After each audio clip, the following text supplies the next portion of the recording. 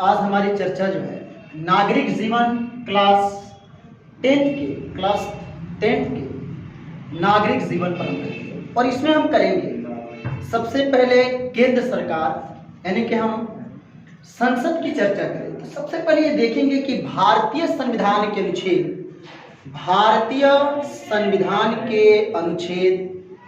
सवाल देखना भाई, भारतीय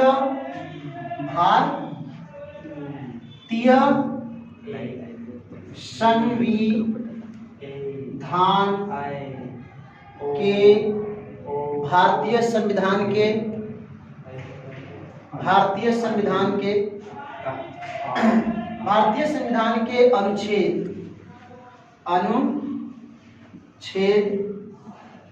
भारतीय संविधान के अनुच्छेद 79 के तहत सवाल यह है कि भारतीय संविधान के अनुच्छेद 79 में यह व्यवस्था है, हमें याद रखना है कि 79 में यह व्यवस्था है कि देश के लिए एक संसद है।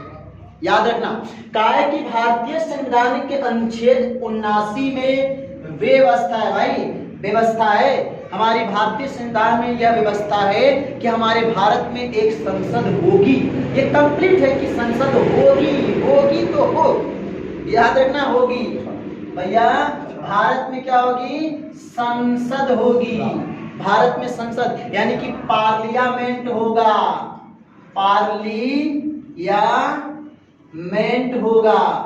भारत में एक संसद पार्लियामेंट होगा। अब याद रखना हमें कि संसद बनेगी कैसे। सवाल यह है कि भारतीय संविधान के अनुच्छेद में लिखा है 79 के तहत 79 में कि संसद हमारे देश का तो होगा, ये तो कंप्लीट हो गया, लेकिन संसद का निर्माण कैसे होगा? संसद का निर्माण कैसे होगा? तो आइए देखते हैं कि संसद का निर्माण कैसे होता है। तो पहले तो इसको 3 भागों में बांट लेते हैं। पहला कहेंगे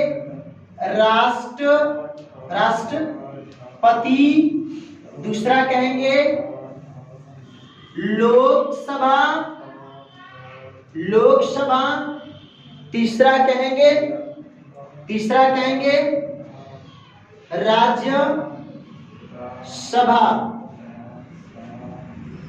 राज्यसभा। हम देखेंगे भैया लोकसभा, राज्यसभा यानी कि संसद के 3 हम कहेंगे राष्ट्रपति और लोकसभा, राज्यसभा। हम कहेंगे राष्ट्रपति, लोकसभा और राज्यसभा। इन तीनों से मिलकर हमारे संसद का निर्माण होगा। याद रखना पार्लियामेंट कैसे बनेगी? तो प्रेसिडेंट से लेकर हाउस ऑफ पीपल और अब कहेंगे कि राज्यसभा स्टेट ऑफ काउंसिल से मिलकर हमारे इस पार्लियामेंट का निर्माण होता है। तो आपसे कोई सवाल करता है कि हमारे भारत का संविधान किस अनुच्छेद के तहत है, तो हम सीधे कहेंगे कि भारत में संसद होगी तो 79 के तहत। Indian constitution the article of 79 under, इसके अंतर्गत होगी। अब कहेंगे कि पार्लियामेंट में हम देखें संसद की जब चर्चा करेंगे तो राष्ट्रपति, लोकसभा और राज्यसभा तीनों से मिलकर इसका निर्माण होगा। अब देखेंगे राष्ट्रपति, लोकसभा और राज्यसभा तीनों का सम्मिलित।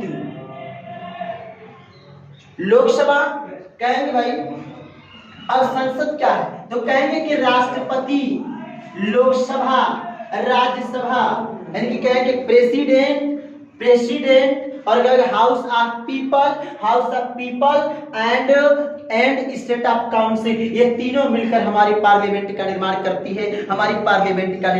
है, ये तीनों रूप की संसद है। अब हम कहेंगे, अब आइए अब थोड़ा सा कि संसद का गठन कैसे होता है, संसद का निर्माण कैसे होता है, इस संसद का भैया गठन कैसे होगा, इसका निर्माण कैसे होगा, हमारी पार्लियामेंट का स्ट्रक्चर कैसे तैयार होगा, आइए हम देखते हैं और समझते हैं। तो सबसे पहले देखिए संसद के 3 अंग है। संसद के कितने अंग है? 3। कोई पूछे कि संसद के कितने अंग है, अभी आपसे मैं कहूं कि सवाल करूंगे भारतीय संविधान के किस अनुच्छेद के तहत हमारे देश के अंदर संसद बनेगा, तो सीधे आपको उत्तर यही होगा। फिर आपसे कोई पूछे कि भारतीय संविधान के तहत ये बताइए कि कैसे संसद का निर्माण होगा, तो मैंने आपसे कहा कि राष्ट्रपति से होगा, फिर आपसे कहा कि लोकसभा से होगा और फिर राज्यसभा। ये तीनों यानी कि राष्ट्रपति और 2 सदनों से 2 सदनों से, लोकसभा और राज्यसभा से मिलकर बनेगा। फिर मैं आपसे चर्चा करूंगा सीधे सीधे संसद के 3 अंग होते हैं। तो पहला अंग क्या है? राष्ट्रपति। तो कार्यपालिका का वैधानिक प्रमुख है। राष्ट्रपति क्या है? तो हम कहेंगे कि कार्यपालिका का वैधानिक प्रमुख है। कार्यपालिका का राष्ट्रपति वैधानिक प्रमुख है। अब चर्चा करें हम कि प्रथम सदन अथवा लोकप्रिय सदन। अब कहेंगे कि लोकसभा को हम प्रथम सदन भी कहते हैं। प्रथम सदन भी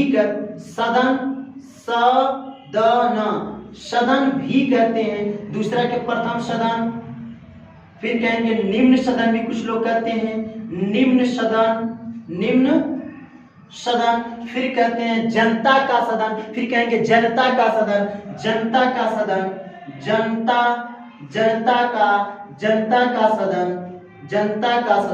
फिर आपसे कहा जाएगा लोकप्रिय सदन।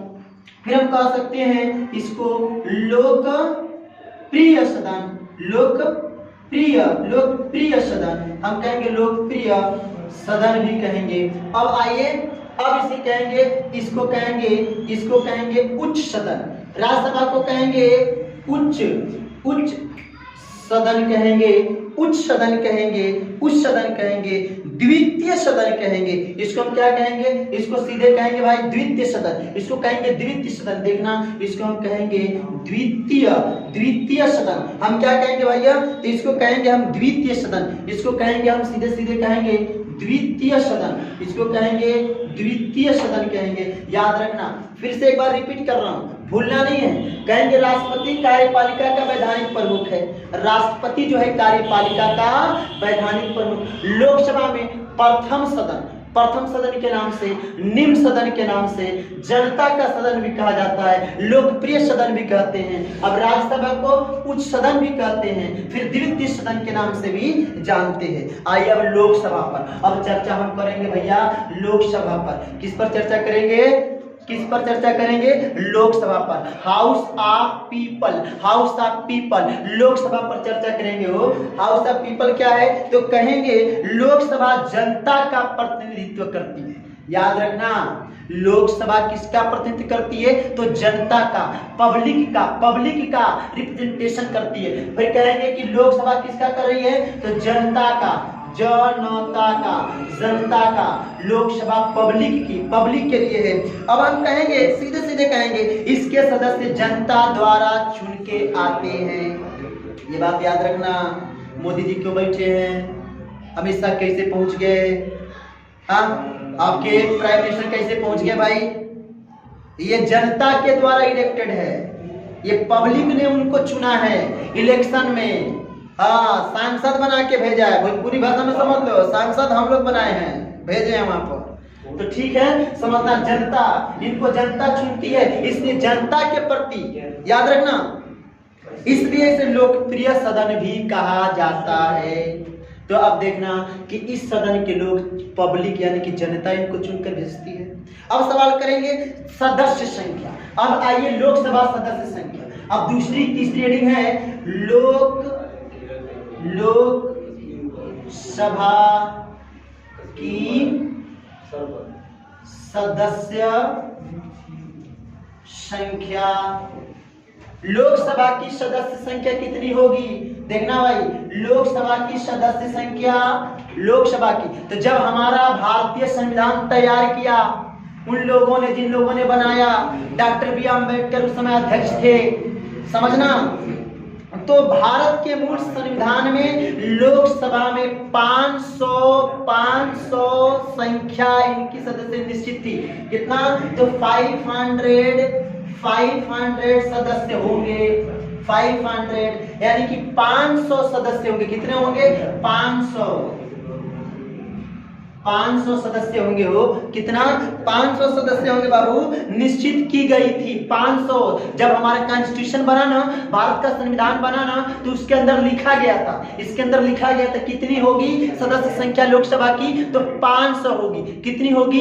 500। ये 1 2 3 4 100 200 300 400 500 500 सदस्य संख्या निश्चित की गई थी। किंतु समय समय पर, याद रखना, किंतु समय समय पर कहेंगे, किंतु समय समय पर विभिन्न संशोधन हुआ। संविधान में कई बार संशोधन हुआ है, 100 से ऊपर संशोधन हो चुका है। तभी तो मोदी जी बार बार संशोधन कर रहे थे। अभी देखा 3 तलाक पर संशोधन किया गया, बिल बना, फिर किसानों का बिल लेकर आया मुद्दा। अभी देखिए कितना जो बवाल हो रहा है ये किसान को लेकर, आपने देखा इस तरह से। अभी आप देख ही रहे हैं, तो इस पर हम कहेंगे कि 500 सदस्य इसमें रहेंगे। लेकिन संशोधन हुआ बार बार, तो इनकी सदस्य संख्या में जब संशोधन होगा तो परिवर्तन आएगा, यह तो घटेगा ये तो बढ़ेगा, लेकिन निश्चित थी कि 500 से कम नहीं होगी। यह निश्चित थी कि 500 से कम नहीं होगी।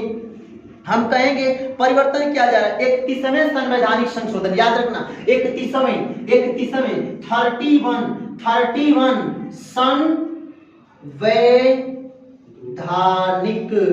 संवैधानिक, याद रखना, 31वें संवैधानिक संशोधन कब हुआ? तो कब हुआ? 1974 में, 1974 में बाबू कब हुआ? तो याद रखना 1974 में, 1974 में बाबू, 1974 में संशोधन किया। 31वां संवैधानिक संशोधन। आपसे क्वेश्चन पूछा जाएगा कि सिपाही में भी तो बता देना, हाई स्कूल के हो। अब हाई स्कूल की वीडियो चल रही है, लेकिन मैं आपको कुछ और बताते चलूं कि इस पर देखना, लोकसभा की सदस्य संख्या जब संविधान बना तो 500 निश्चित थी। मैंने कहा बार बार संशोधन होना ही है, यानी कि जब भी जरूरत पड़ेगी संशोधन करेंगे हम। तो इस संशोधन किया तो संख्या है तो घटाएंगे तो बढ़ाएंगे, लेकिन निश्चित है कि इसे कम नहीं करना है, ये भी जान जाओ। अब देखना 31वां संवैधानिक संशोधन कब हुआ? 1974 में, 1971 में, 1971 में संशोधन, सॉरी 1974 में कब हुआ? 1974 के अनुसार लोकसभा की अधिकतम संख्या 547। याद रखना, लोकसभा के 31वें के तहत कहा कि 547 बाबू, कितना?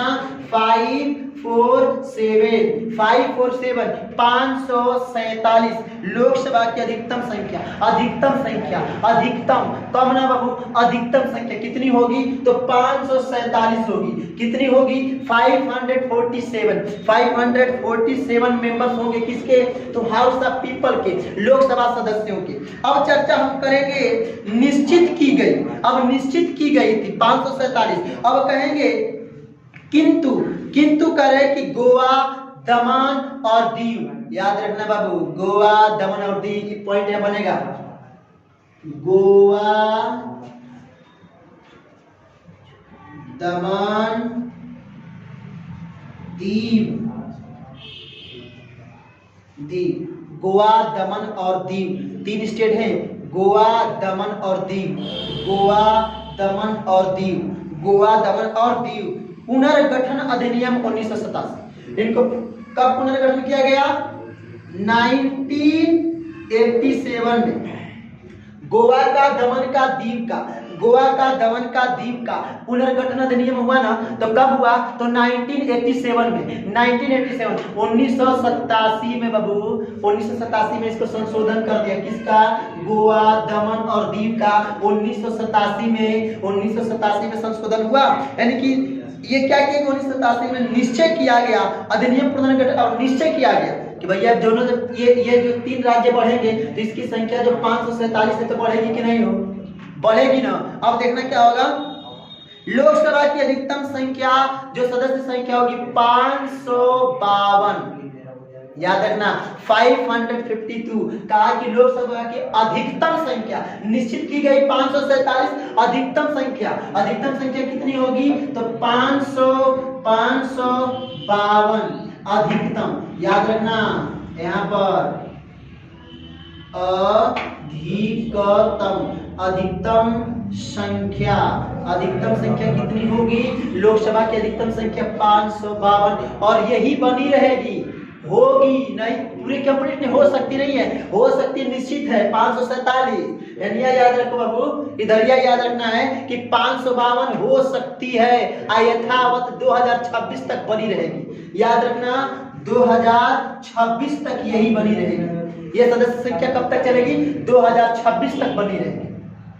जरूरत पड़ी तो संशोधन करेंगे, घटा बढ़ा सकते। अब देखना, अब कह रहा है कि सदस्य संख्या हो गई, इनमें से अधिकतम सदस्य संख्या जो 530 होगी। यही है मसला, बहुत बढ़िया चल रहा है, समझते हुए चलना। कह रहा है कि 530 सदस्य संख्या भारतीय संघ के राज्यों से। याद रखना कहां से आएंगे? भारतीय संघ के राज्यों से, इतना याद रखना, भारतीय संघ के राज्यों से। 530 कहां से आएंगे? भारतीय संघ के राज्यों से। भाई मसला है 500 कितना, 500 कितना, 500 अधिकतम 552 था। अब कह रहे हैं कि 530 भारतीय संघ के राज्यों से आएगा। अब कितना बचेगा? कह रहे हैं कि अधिकतम 20 सदस्य केंद्र शासित से आएंगे। जो केंद्र शासित है वो 20 लेकर आएंगे। 20 कहां से आएगा बाबू?